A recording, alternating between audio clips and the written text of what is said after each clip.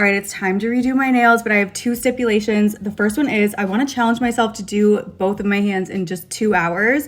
And the second one is that I want to use new products that I haven't ever used before, with the exception of my favorite base coat and my favorite top coat. I have no idea what I want to do, so let's go dig through my collection and figure out what we're going to use, and then I'm going to time myself and hopefully I can finish them in 2 hours. I'm feeling so indecisive right now because nothing sounds like cute to me for some reason, but I know from my previous manicure that I tried to do in under 2 hours that I have to do something really simple. So I either have to do a clear base with like one coat of color or a colored base, and I can do like a coat of glitter or magnet gel or something, but it has to be simple, no fancy art.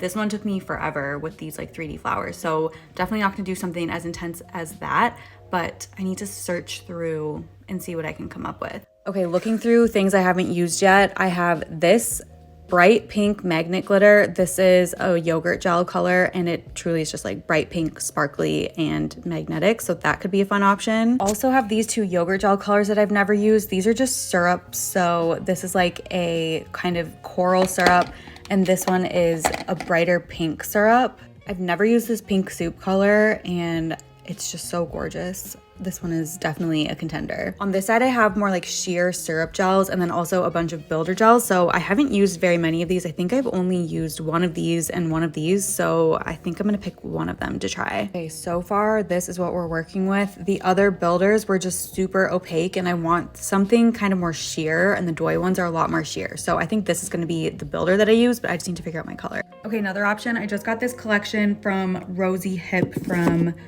Sweetie Nail Supply, and it's called the Red Fever collection. These are what the colors look like.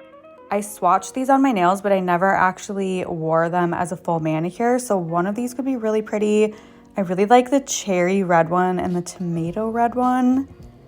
They are so gorgeous, and these looked so good with just one coat too, so I could just do builder and then one coat of this and be good to go.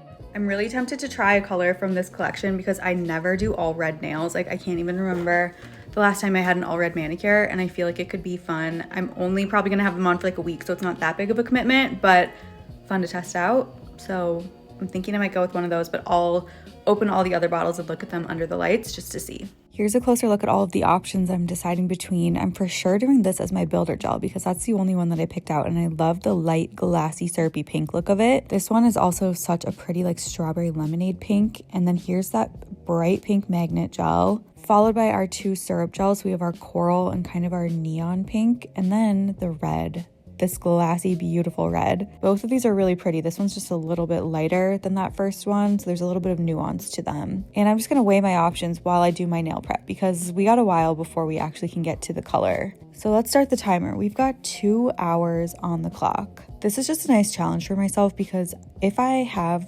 unlimited time, I will take my time when I do my nails. So with this timer in place, it's just a good challenge for myself to be able to move on to other things that I need to do during the day and not spend all day doing my nails. I had this really cute 3D flower manicure on, and I'm just removing the 3D portion with this like lower grit bit. This is the flame bit from Erica's, and the teeth on this are just like really big, so it does a good job at like cutting through 3D elements, but I don't want to use it on my full nails, so after I'm done with this, I'll switch to another bit. Also, let me know if you'd be interested in seeing a tutorial for these 3D flower nails. You could use the 3D gel over anything, really. It doesn't have to be a flower. It could be like a Christmas ornament, for example, or anything really. Now I moved to my safety barrel bit. Like I mentioned, this one has much smaller teeth. It's a little bit more fine, although this is actually the medium grit, which is my favorite one. It does a good job at just gently and quickly filing through those top layers of gel, but I'm leaving behind a thin layer of my base so that I can prep on top of that. I have a video all about this process and I explain more in detail. If you're interested, I'll link it here. But leaving that thin layer behind helps keep my nails strong, and it just ensures that I'm not over prepping them.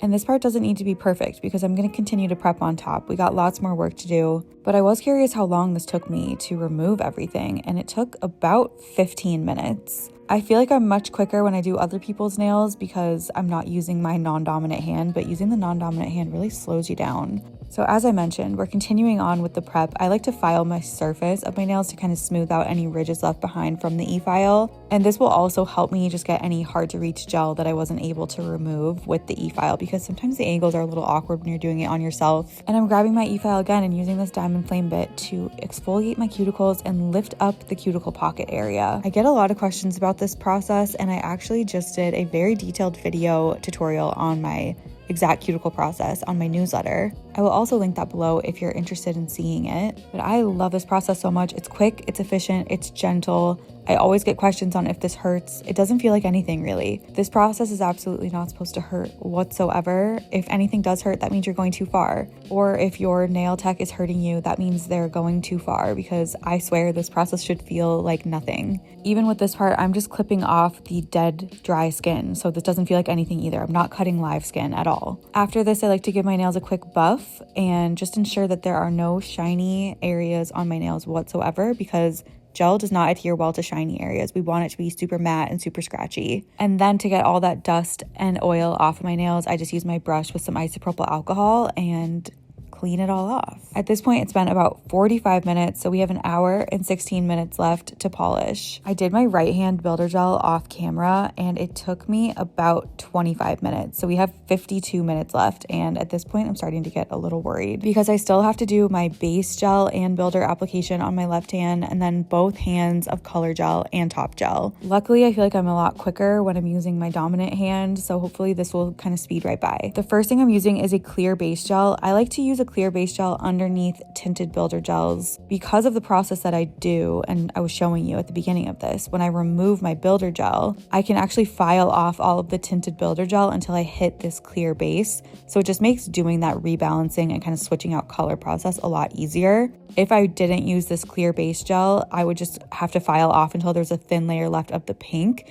And although this isn't that dark or anything, it can just still kind of interfere. And it's really nice to have that option just to remove until you hit the clear base. And it also helps with retention because that base gel, the Mega Stick base, is just super sticky and adhesive, and it does a great job at preventing lifting. At this point, I also realized that maybe playing with a new builder gel was not the best idea when I was trying to be super fast, because I was kind of trying to figure out how it self-leveled. It does self-level pretty nicely, as you can see, but it still just kind of took me a minute to figure it out, and it wasn't quite as fast as I would have been if I was using something I was, used to using. But I love this color so much. This would be such a pretty manicure just on its own. So you just finish this and do a top coat. And if I did that, I would have absolutely crushed this challenge. I really love using this detail brush after I apply the gel for the overlay to help it kind of get all the way to the sides of my nails. Also just to float a very tiny bead around wherever the surface looks kind of uneven. All right, builder application is officially done. But before I move on to my color, I like to do a finish file. The goal of the finish file is to tuck my natural nail underneath my builder gel to prevent lifting at the tips. I also like to shape my nails at this time because I find shaping my nails with builder gel on is just so much more pleasant than doing it on my bare, kind of flimsy nails. It just has so much more strength and structure, and I think that it just makes it so much easier. I would recommend trying it if you haven't done it yet. You can only do this process if you're using a semi-hard or hard gel though. Don't do this if you're using just a soft gel, because those gels are just too soft and you would actually probably cause chipping and lifting. Okay, now my nails are fully ready for color and I have 33 minutes left. And this is an amazing example of why I love tinted builder gels, because if I really was crunched for time, I could just do a quick top coat on all of my nails and be done with them in about an hour and a half, which I think is pretty quick for this process. So I'm going to keep that in mind for the future. Okay, back to what we're actually doing. So this is RS03 from Rosy Hip, the Red Fever collection that I showed at the beginning. I think this is a beautiful, vibrant jelly red, and it paints really, really nicely, self-leveling so beautifully. I personally don't think it looks streaky at all when you're applying it. Like, it does right when you apply it, but then you just kind of give it a second to kind of find its spot on your nail, and it doesn't look streaky at all. And for that reason, I think this is actually a really good polish to use if you're in a hurry, because you don't have to play around with it too much. You kind of just lay it down, give it a second to self-level, and then you're good to go. I love using my flash curing stick lamp whenever I'm doing my nails because it just freezes it in place really quickly. And this way I don't have to put my whole hand in my lamp in between each color. I can just kind of freeze it in place. I do that for like a couple of seconds and then I move on. And then at the end, all the fingers are polished. That's when I'll put my entire hand in the lamp and do a full cure. So you still need to do a full cure even though you're using a flash curing lamp. It's just really nice to help prevent flooding and make sure that everything stays in place once you like it. And I love using this for doing my builder gel overlays too. When I initially swatched this collection, I thought it looked really nice with just one coat. And even though it's really pigmented, it's still pretty sheer, so it's not quite as vibrant as what I was going for. So unfortunately, I decided I needed to do a second coat just to make sure that I loved the final outcome. And at this point, my timer was going off. So I'm starting a stopwatch to see how much longer this is actually going to take me. And we're getting started on the second coat. Whenever you're using gel, especially colored gel, you need to apply it in thin coats in order for the light to be able to get through that layer to cure it properly. So that's why I'm doing 2 layers, because one thicker coat of red might not have cured properly, and that's not safe. And also it would lift and crinkle and look bad and just wouldn't work. When in doubt, always do thinner layers because that's the safer option. And luckily I can do very thin layers of this, so it's not really adding bulk to my nails. It's just really making the color look so saturated and nice. Like, look how perfect that red is.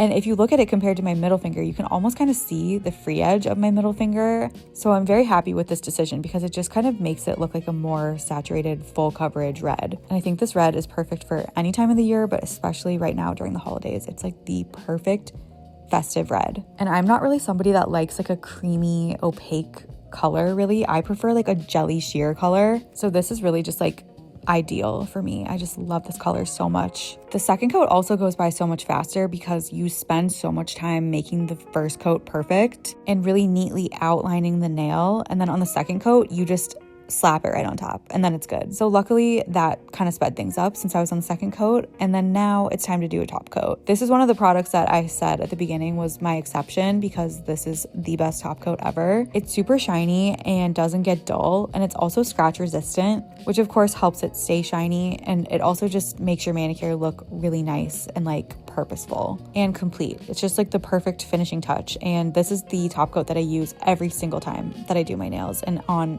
everybody else whose nails that I do too. It has sort of a thicker viscosity, so I feel like especially with this jelly color, it kind of looks like it like encapsulates it and just adds to that jelly effect. So my second coat and my top coat took me about 14 extra minutes, and my nails are officially done, but there are just some finishing touches that I like to do to kind of make it look better. I like to do a second finish file where I just touch up the shape and make sure that it looks really crisp. Sometimes the gel can kind of pool towards the tips of the nails, especially because we did so many layers, and even though they're thin, I still just like to do that to make it look really crisp and fresh. And the process that I do for prepping my nails is very drying, especially with that isopropyl alcohol. So I just like to use some cuticle oil at the end to rehydrate everything, and I think it just makes your manicure look super nice and done too. And then after that, we are officially done. And that probably takes me just like 2 to 3 minutes. At the end, I just do a quick file and then add the cuticle oil. So really didn't add on that much more time. Okay, and here are the final nails out in the sun. I think they look so beautiful. I rarely ever do a solid color manicure, so this was actually like exciting and innovative for me. And I also was just obsessed with the red, and I understand why people always get red manicures. I just think it looks so classy and beautiful. Even though I didn't exactly complete this challenge, I still think I did a really good job, and it makes me want to try again and see if I can do better. Maybe I'll have to do that with another color from this collection because there's so many more that are so pretty. So stay tuned for that. Thank you so much for watching. I hope you enjoyed. As always, be sure to subscribe and let me know if you have any questions.